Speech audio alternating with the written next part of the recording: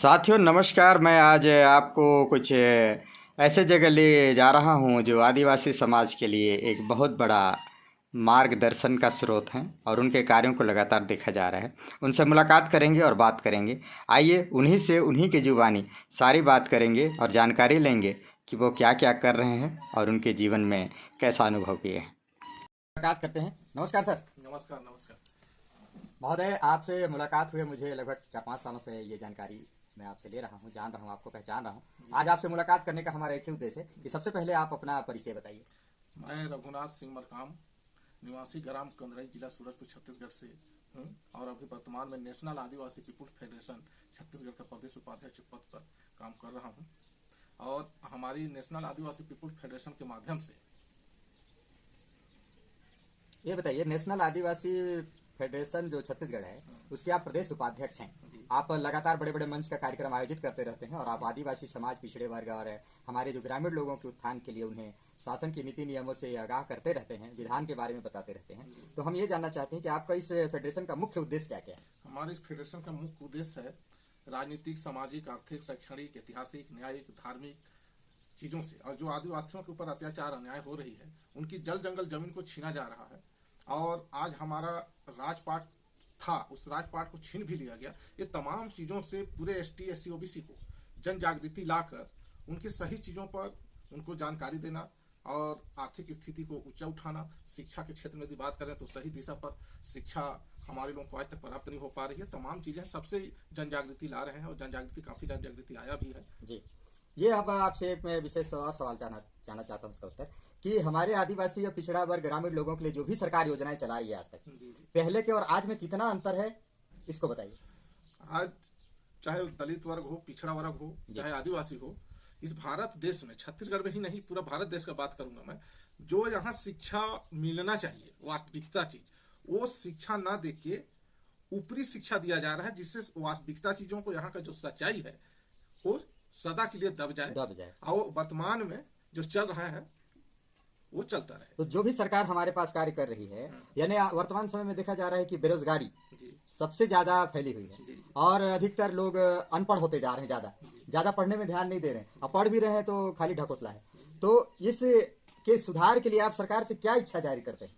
हम सरकार से ये चाहते हैं कि यहाँ जिस प्रकार प्राइवेट स्कूल में बड़े बड़े जो पूंजीपति हैं, उनका बाल बच्चे तौर तरीका से उनको शिक्षा दिया जा रहा है, तो वो लोग पढ़ के SP IAS, वकील, डॉक्टर, इंजीनियर जैसे निर्णायक पदों के बारे में सोचते हैं। और यहाँ का जो गांव देहात है या आदिवासियों का मामला है, आदिवासियों को या उनके क्षेत्रों पे, उनका घरों पे, उनके गांव पे जाइए, या गांव में निवास करने वाले लोग हैं उनके क्षेत्र में जाके पता करिए, तो उनके बच्चों को स्कूल में खिचड़ी खिलाया जा रहा है। और जिस प्रकार खिचड़ी स्कूल में खिलाया जा रहा है, उसी प्रकार गांव देहात के बच्चों का दिमाग भी खिचड़ी बन गया। तो इसलिए मैं शासन से चाहूंगा कि भारत का जितने प्राइवेट सेक्टर स्कूल है उसको बंद किया जाए और सभी बच्चों को सरकारी स्कूलों में पढ़ाया जाए, या तो शासन सरकारी स्कूल में जो बच्चे पढ़ते हैं उनको भी प्राइवेट सेक्टर में पढ़ाए, तब सब बराबर। यानी कहने का मतलब यह है, पैसा से शिक्षा को ना तोला जाए और शिक्षा में राजनीति को ना लाया जाए, शिक्षा को स्वतंत्र रखा जाए और पहले जैसे निःशुल्क शिक्षा रहता था, चाहे अच्छा स्कूल हो चाहे खराब स्कूल हो, सभी पे एक जैसे नियम लगा करके सभी को एक तरह का शिक्षा दिया जाए। बाकी बच्चे तो जिनके बुद्धि बढ़ने रहते हैं बढ़ी जाते हैं, चाहे गरीब का बच्चा हो चाहे अमीर का बच्चा हो, गुरुकुल में जैसे होता था। तो कहने का मतलब शिक्षा नीतियों में आज जो कमजोरी आ रही है, ढकोसला जो देखा जा रहा है, उस पर थोड़ा शासन बढ़िया निगरानी करेगा तो कर्मचारी अच्छा काम करेंगे, ये कहने का मतलब है। अच्छा, अगला सवाल आप ये बताइए कि वास्तव में आज बेरोजगारी को हटाने के लिए सरकार के पास कोई उपाय हो सकता है। देखिए, सरकार चाहे किसी का भी हो, कोई भी हो, अगर सरकार ठान ले कि मेरे को बेरोजगारी को दूर करना है, तो सरकार के पास संपूर्ण ताकत है, सत्ता का पावर है। सरकार चाहे तो ये गरीबी, ये शिक्षा का जो, यानी कि जो भी समस्या पैदा हो रहा है, तो उसको एक ही दिन में समाप्त कर देगा। लेकिन यहाँ शासन सत्ता पे बैठे दोनों, चाहे आपका कांग्रेस हो चाहे BJP हो, ये दोनों भाई भाई हैं। और ये हमेशा हमेशा ये, जैसे आज से 40-50 साल पहले किसी विद्वान ने कहा था कि यदि यहाँ के लोगों के ऊपर राज करना है तो इनको हमेशा के लिए लाचार, गुलाम, गरीब, अशिक्षित बना के रखना पड़ेगा। तो ये दोनों शासन उसी नीति से शासन चला रहे हैं और इसलिए लोग यहाँ का जो समस्या है उसको जड़ से मिटाना नहीं चाहते, न तो सच्चाई चीजों से अवगत कराना चाहते। कहने का मतलब ये है कि नीति ये है कि आदमी को ना तो जीने दो ना मरने दो, बस बीच में रखो और अपना शासन करते रहो। ये चला आ रहा है, इसीलिए कोई सार्थक नीति नियम नहीं आता है जिससे हर आदमी को। अच्छा ये बताइए, फेल होने वाले को नौकरी नहीं चाहिए क्या? चाहिए कि पासित होने वाले कोई अच्छा अंग्रेजी जानता है उसी को नौकरी चाहिए। देखिए, और तनख्वाह की बात है, तनख्वाह क्या मजदूर को कम मिलना चाहिए कि अच्छा पढ़े लिखे कोई ज्यादा मिलना चाहिए? देखिए, भूख काम तो देखिए 8 घंटा तो सभी ड्यूटी करते हैं, जरूरत सबको, इच्छा तो सबका रहता है कि वो भी गाड़ी चढ़े, और एक अच्छा पढ़ा लिखा भी चाहता है कि गाड़ी पढ़े, लेकिन संस्कार दोनों में होनी चाहिए। बाकी योग्यता जिसकी है वो तो उसी अनुसार कार्य करता है। तो इसमें भी थोड़ी बदलाव आपको चाहता है कि नहीं? बिल्कुल, इसमें बिल्कुल अच्छा नियम कानून बना के और इसको आर्थिक नीति में सही बदलाव होना चाहिए। आर्थिक नीति का पूरा बदलाव करें ताकि गरीब भी उठ सके। और अमीर तो उठ ही रहा है, वो तो अपने बाल बच्चों को या अपने घर परिवार को अच्छा जगह पे और बिना डिग्रीधारियों को भी अच्छा ट्रेनिंग देके उनको जो योग्य कार्य कर रहे हैं उसमें अच्छा तनख्वाह देना चाहिए, तभी तो जीवन स्तर ऊंचा उठेगा। हमारे विचार से लगता है, आपको क्या लगता है ऐसा? नहीं, बिल्कुल होना चाहिए। तो आर्थिक नीति में थोड़ी सी बदलाव होनी चाहिए और बेरोजगारी को हटाना चाहिए और पंचायत लेवल तक शासन की जो नीति नियम है उसको सही तरीके से लागू करना चाहिए, तो हमारे समाज में उद्धार हो सकता है, हम बदल सकते हैं, है ना? आप भविष्य में राजनीतिक में कुछ विधायक सांसद की इच्छा रखते हैं?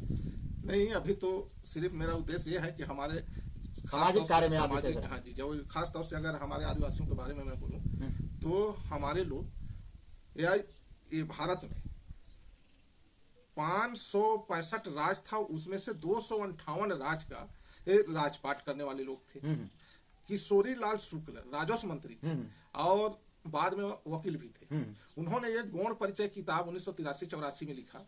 उसमें उन्होंने लिखा कि 2,97,56,09,25 वर्ष तक गौण जातियों का रीति रिवाज परंपरा परिवर्तन नहीं हुआ और गौण ही इस धरती का महान जाति है और गौण ही इस धरती पर शासन अरबों वर्ष से करते करते आ रहा है। उसका संतान आज गौण समुदाय आदिवासी लोग हैं। इसके बावजूद भी कहां से ऐसा परिवर्तन आ गया या ऐसा शक्ति कहां से आ गया कि इनका राजपाट समाप्त करके इनको भीख मांगने में 1 रुपया किलो चावल खिलाने में मजबूर कर दिए।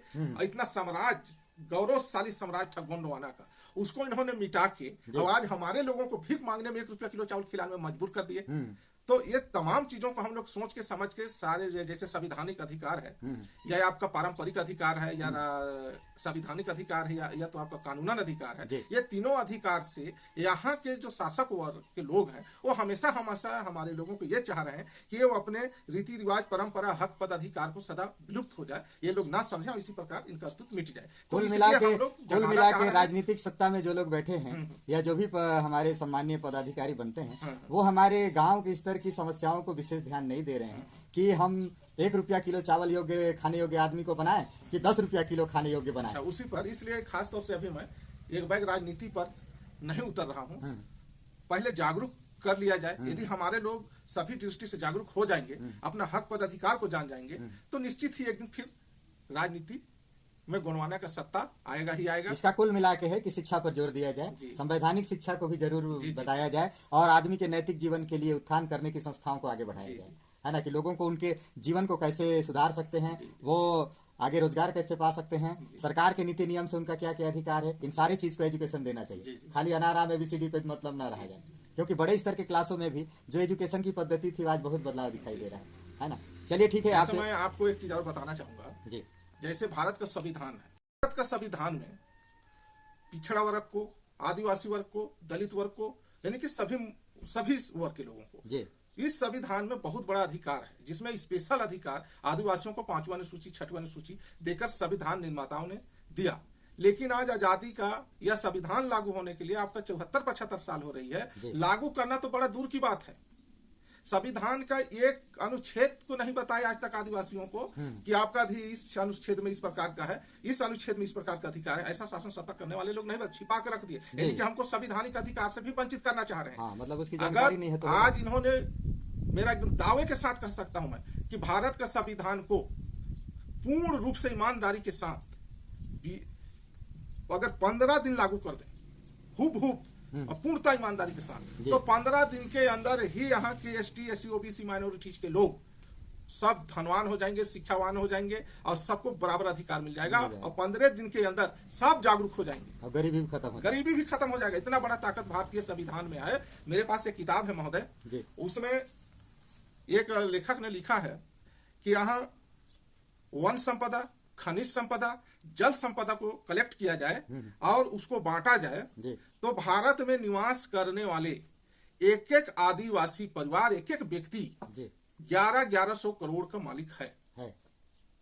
और वास्तव में है, यानी हमारे पास संपत्ति संपदा की कोई कमी नहीं है। लेकिन हमारी व्यवस्थाएं ठीक नहीं। हमारे दादा बाबा ने हमारे ST SC OBC के लोगों को या हमारे आदिवासी वर्ग के लोगों को इतना धन संपदा प्राकृतिक तौर से दे दिया है, इतना उन्होंने ऐसे जगह पर हमको बसाया जहां कोई चीज का कमी ही नहीं है। लेकिन आज के शासन सत्ता जो चला रहे हैं, ये लोग हमको मूर्ख बना के, या कहना चाहिए साम दान दंड भेद का उपयोग करके उस खनिज संपदा को जबरन आदिवासियों को गैर आदिवासी बनाकर संविधान में अनुसूचित क्षेत्र को तोड़ मरोड़ करके या इनडायरेक्ट करके या तो आपका किसी न किसी रूप में यहाँ का खनिज संपदा को लूटकर बड़े बड़े पूंजीपतियों को दे रहे हैं। निजीकरण की ओर ध्यान दे दिया गया है और सार्वजनिक तौर से उसका कोई कार्य योजना नहीं। यहाँ का शासन सत्ता चलाने वाले लोग बड़े बड़े पूंजीपति हैं, उनका और उनका ध्यान है, गरीबों की ओर नहीं है। ये दिखावा है इनका, जो करते हैं दिखा देते हैं। हमको सुविधा नहीं चाहिए,